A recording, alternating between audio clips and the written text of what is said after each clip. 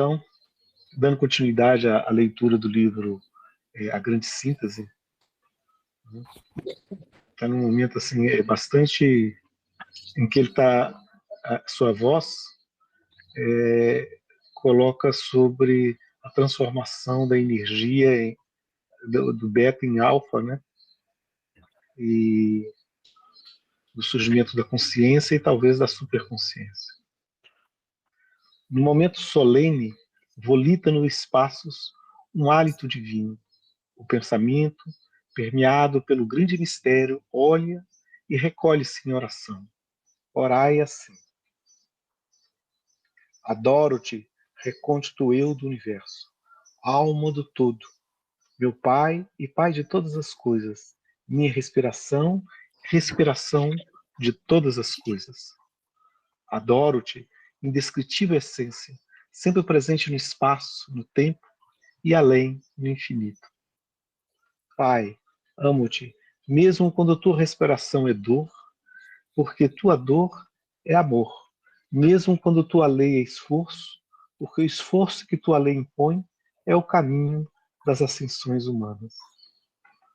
Pai, mergulhe em tua potência, nela repouso e me abandono. Peço à fonte o alimento que me sustente.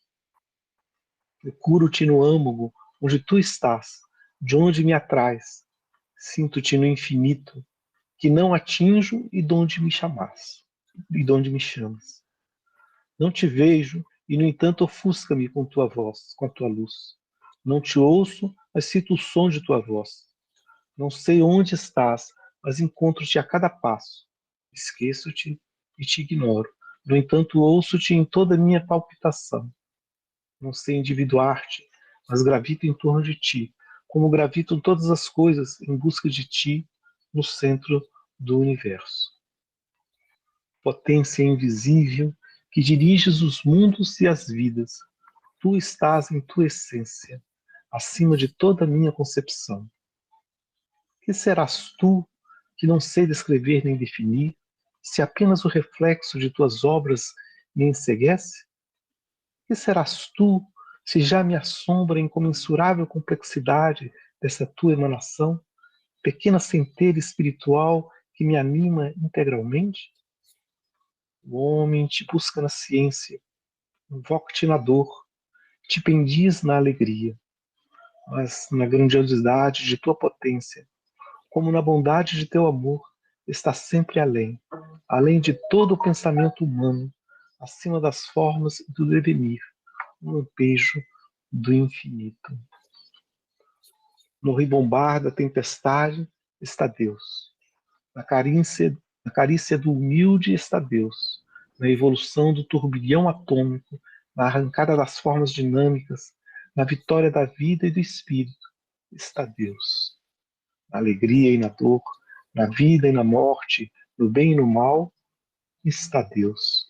Um Deus sem limites, que tudo abarca, estreita e domina, até mesmo as aparências dos contrários, que guia para seus fins supremos. E o ser sobe de forma em forma, ansioso por conhecer-te, buscando uma realização cada vez mais completa de teu pensamento, tradução em ato de tua essência.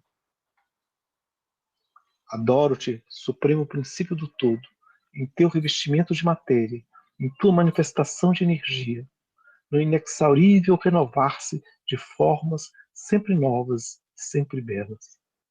Eu te adoro, conceito sempre novo, bom e belo, inesgotável lei animadora do universo. Adoro-te grande todo, ilimitado além de todos os limites de meu ser. Nessa adoração, aniquilo-me e me alimento, humilho-me e me incendeio, fundo-me na grande unidade, coordeno-me na grande lei, a fim de que minha ação seja sempre harmonia, ascensão, oração, amor. Orai assim, no silêncio das coisas, olhando sobretudo para o âmago que está dentro de vós. Orai com espírito puro, com intenso arrebatamento, com poderosa fé, e a radiação anímica harmoniosamente sintonizada com grande vibração, invadirá os espaços, e ouvireis uma voz de conforto que vos chegará do infinito. Bonito, né? Bonita a oração que ele... Belíssimo. Né?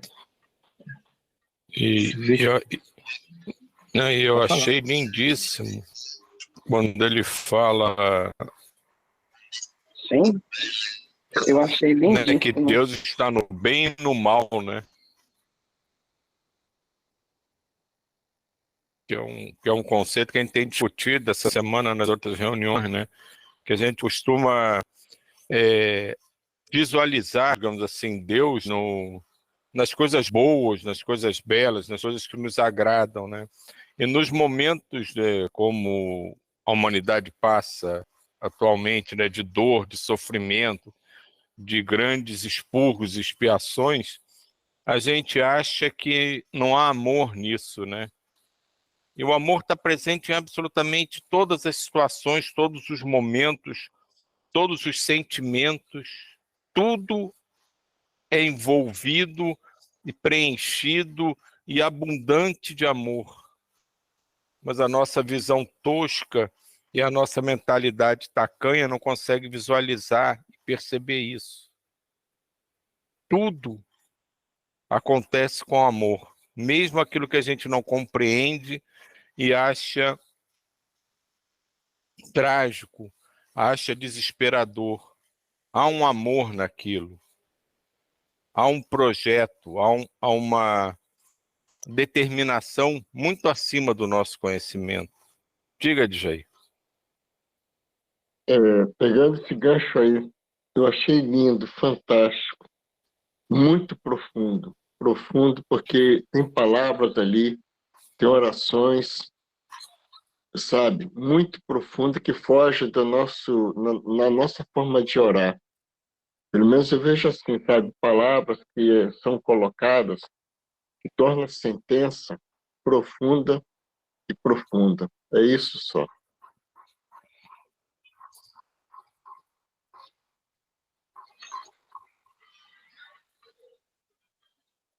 Bom, legal, né? Vamos.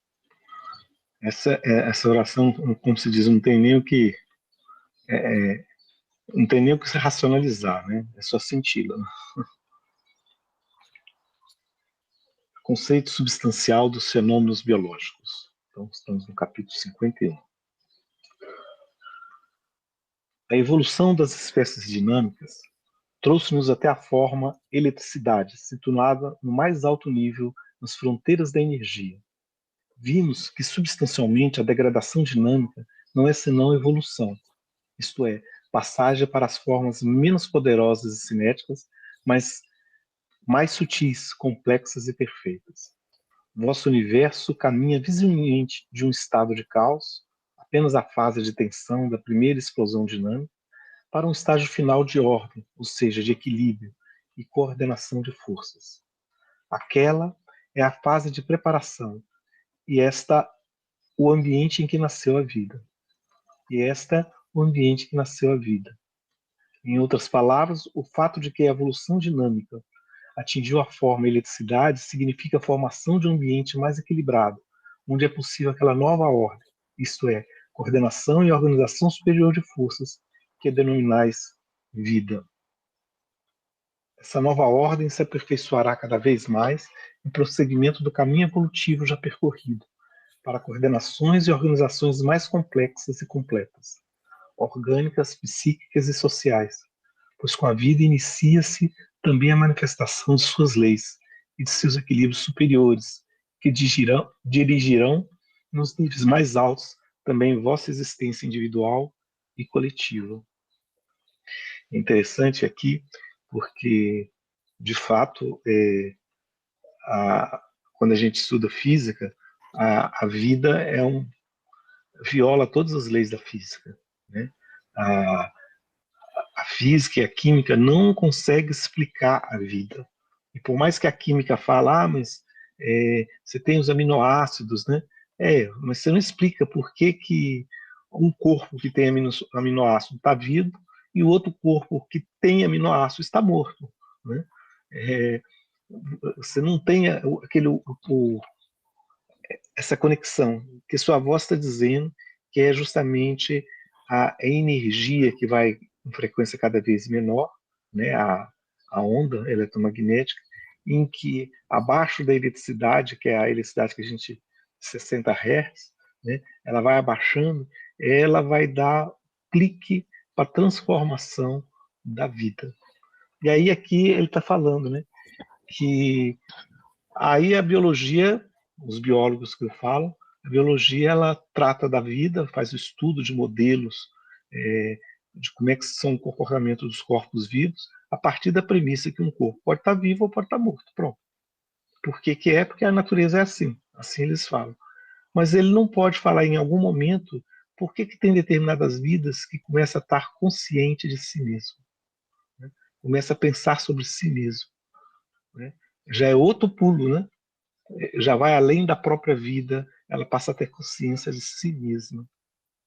E ele coloca aqui sobre organizações complexas e mais completas, né? Orgânicas, psíquicas e sociais. Então, orgânicas, teve vida. Psíquicas, começa a ter consciência de si mesmo. E sociais é quando essas consciências de si mesmo começam a interagir com outras consciências de si mesmo, formando um todo que emerge coisas que a gente nem consegue entender direito. Porque tem comportamentos sociais que são bem diferentes dos comportamentos individuais, né? São os comportamentos coletivos, que surge talvez uma consciência maior, talvez, né? Que a gente fica, não tem nem modelo ainda para entender isso, né? E ele está dando umas pinceladas aí sobre essas coisas, né? E isso é um conceito que é extremamente dinâmico, né, de vida, né, como ele coloca, e ao mesmo tempo extremamente complexo, né, porque a gente encara vida e não vida da nossa forma de entender a vida, né? Mas se a gente for ver outras teorias, né, até no meio espírita, né, que a nossa própria evolução vem dos reinos mais elementares, né, que para chegar ao homem que somos hoje, nós fomos mineral, fomos vegetal, fomos animal. Então, isso fica mais complicado ainda para a gente entender o que é vida.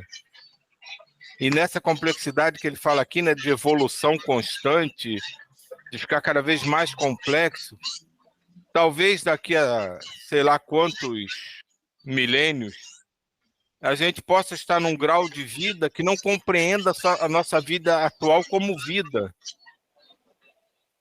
Da mesma forma que a gente olha uma pedra, esses seres muito mais evoluídos em termos de se manifestarem quase que só como energia, podem não considerar nós aqui, seres humanos, como uma vida. Então, eu acho isso extremamente complexo desse ponto de vista. Mas é o que a gente pode, é a forma como a gente pode modelar e tentar entender o mundo, né? São, como se diz, são passos, né? Pode falar, Janine. Porque, resumindo, a vida é processo, né? Então, tudo aquilo que está em processo está com essa energia aí vibrante e vital, porque ela está em movimento, né? Um movimento sem fim. Então, seria mais ou menos isso, né? A vida é tudo aquilo que está em processo. E amar a vida é amar o processo em si, né? E aí eu acho que essa que é o processo de integração, né? Falado entre o bem e o mal. O bem e o mal pouco importa, o que importa é o processo em si. E o amor a ele é a integração do bem e do mal, né? Das polaridades, desse caminho aí que vai se equilibrando ao longo do processo evolutivo.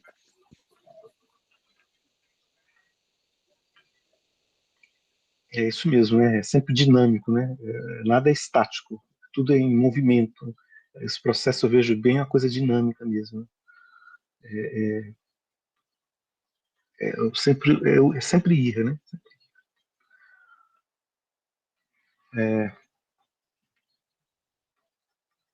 Como ocorre a transformação da eletricidade em vida?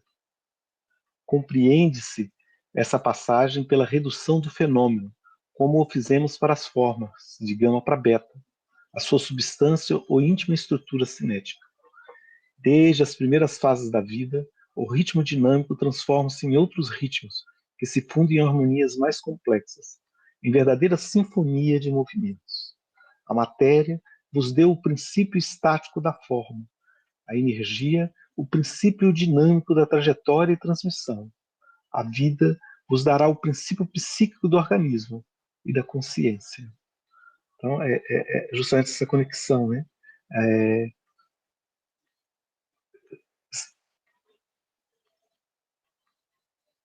Da matéria, do movimento e da vida, que vai trazer a questão da consciência.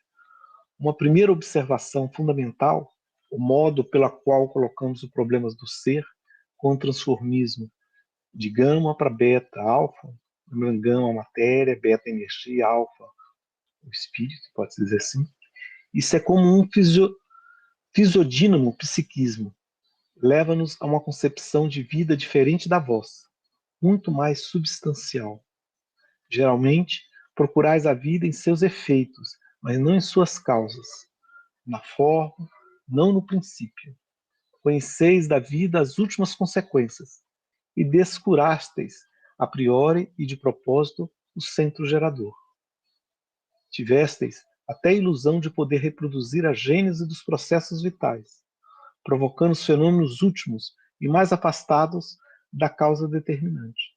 Ora, a verdadeira vida não é uma síntese de substâncias proteicas, mas consiste no princípio que essa síntese estabelece e dirige. Ele colocou até em itálico aí, né, essa parte.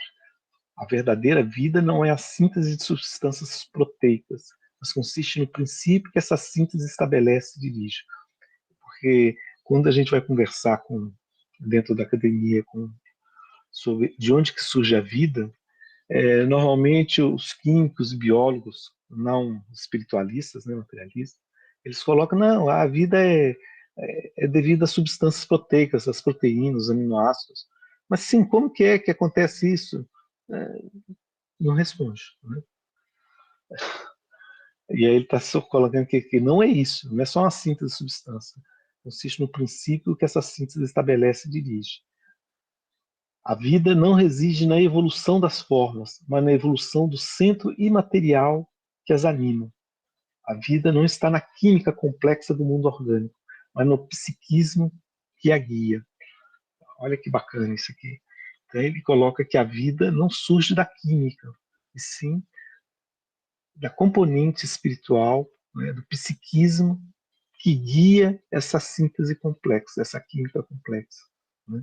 Então, ela coloca um princípio que é o princípio espiritual ou o princípio que a gente não quiser dar, né? Como essencial para explicar o surgimento da vida. Né? Pelo menos assim que eu entendi. Né? Observai agora como nosso ingresso no mundo biológico ocorre precisamente por via das formas dinâmicas. Com a eletricidade situada no vértice dessas, desembocamos não na forma, mas no princípio da vida, no motor genético das formas. Isso porque caminhamos sempre aderentes à substância e existimos no ângulo em que está a essência dos fenômenos. Leva-nos esse fato a uma colocação nova do problema da vida. Compreendemos-lo totalmente em seu aspecto profundo e substancial, o lado psíquico e espiritual.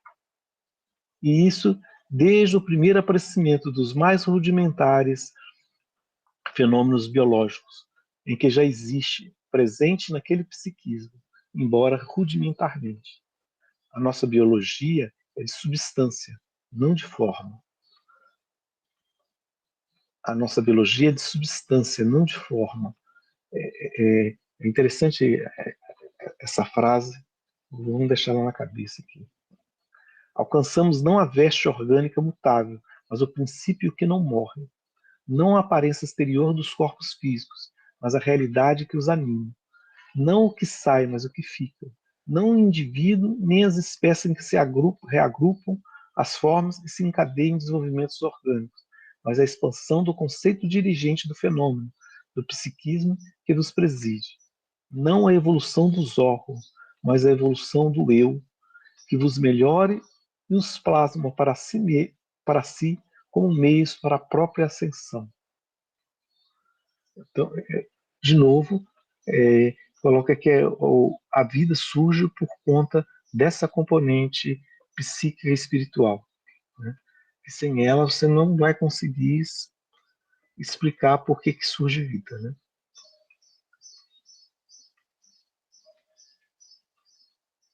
Cadê? Parei? Perdi onde que eu parei? Vista, né? Vista assim, em sua luz interior, a biologia coincide também na análise crua de suas forças motrizes, como o mais alto espiritualismo das religiões. Isso se dá porque as vicissitudes do princípio psíquico, que evolui da ameba ao homem, são as mesmas que depois amadurecem na ascensão espiritual da consciência que se eleva a Deus pela fé. Pois a pequena centelha se tornará incêndio.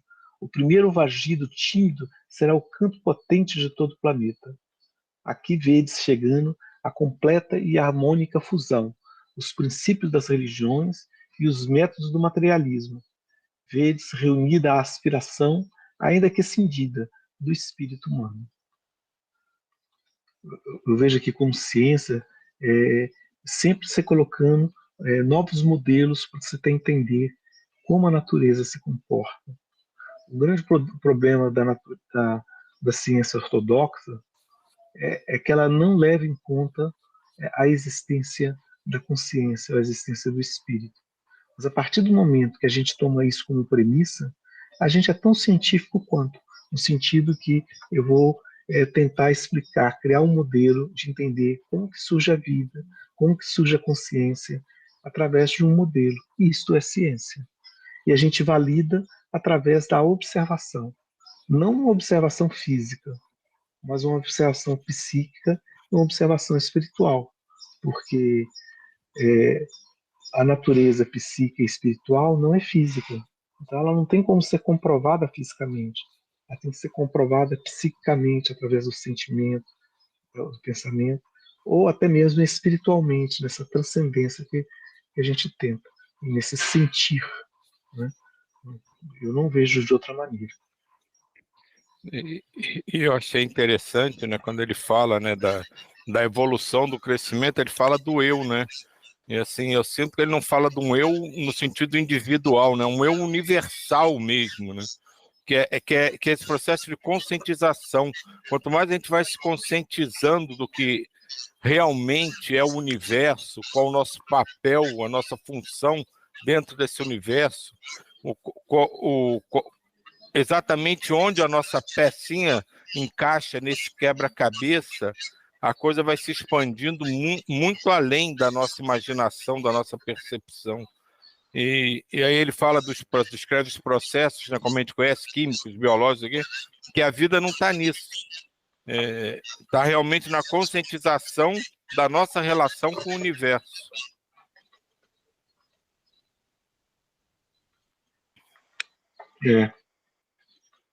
Acho que dá para acabar o capítulo aí.